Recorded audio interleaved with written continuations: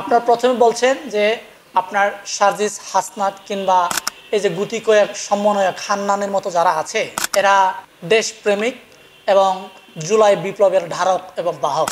প্রকৃতপক্ষে জুলাই বিপ্লবের আন্দোলনের মাস্টার মাইন্ড যদি আপনারা বলতে চান এবং আন্দোলনের স্টেক হোল্ডার যদি আপনি বলতে চান, তাহলে এখানে নাম আসবে গণ অধিকার পরিষদের, এরপরে নাম আসবে বিএনপির, এরপরে নাম আসবে জামাত কিংবা ছাত্র শিবিরের। কিন্তু এই যে গুটি কয়েক সমন্বয়ক যারা কিনা রাজপথে নামার জন্য ভয় পেত, এরা কালের পরিক্রমায় গণজাগরণ মঞ্চে যেমন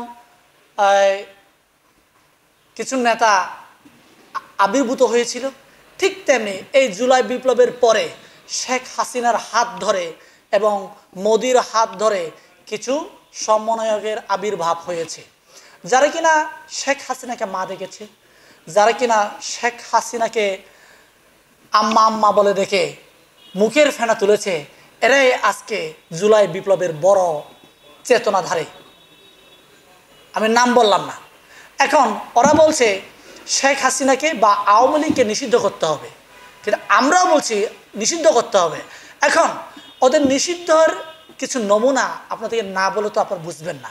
এদের নিষিদ্ধের নমুনা আমি বলি, 252 জন হেভিওয়েট আওয়ামী লীগ নেতাকর্মীকে লাগেজের বিনিময়ে এরা দেশান্তর করেছে।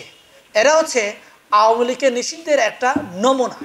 আরেকটা নমুনা যদি আমি বলি, তাহলে এরা লাগেজের বিনিময়ে সারা দেশে যে কাউন্সিলররা শেখ হাসিনার নির্দেশনায় মেনে যারা এই জুলাই বিপ্লবের আন্দোলনকারীদের উপরে গুলি চালিয়েছে, এই জুলাই বিপ্লবের আন্দোলনকারী কাউন্সিলরদেরকে এরা আবার পুনর্বাসন চায়।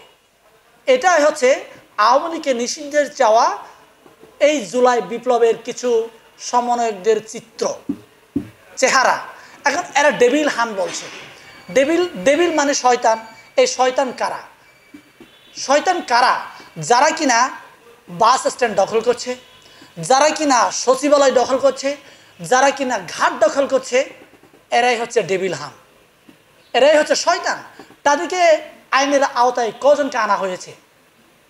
এখন আমি যদি বলি, এখানে সব দলের লোক আছে। এখানে বিশেষ করে আমি দেখতে পাই এখানে বড় স্টেক হোল্ডার হচ্ছে এই জুলাই বিপ্লবের নাম ধরে বৈষম্য বিরোধী নামে কিন্তু বৈষম্য বিরোধী, কিন্তু এরাই সবচেয়ে বড় বৈষম্য প্রতিষ্ঠার দল হয়ে দাঁড়িয়েছে।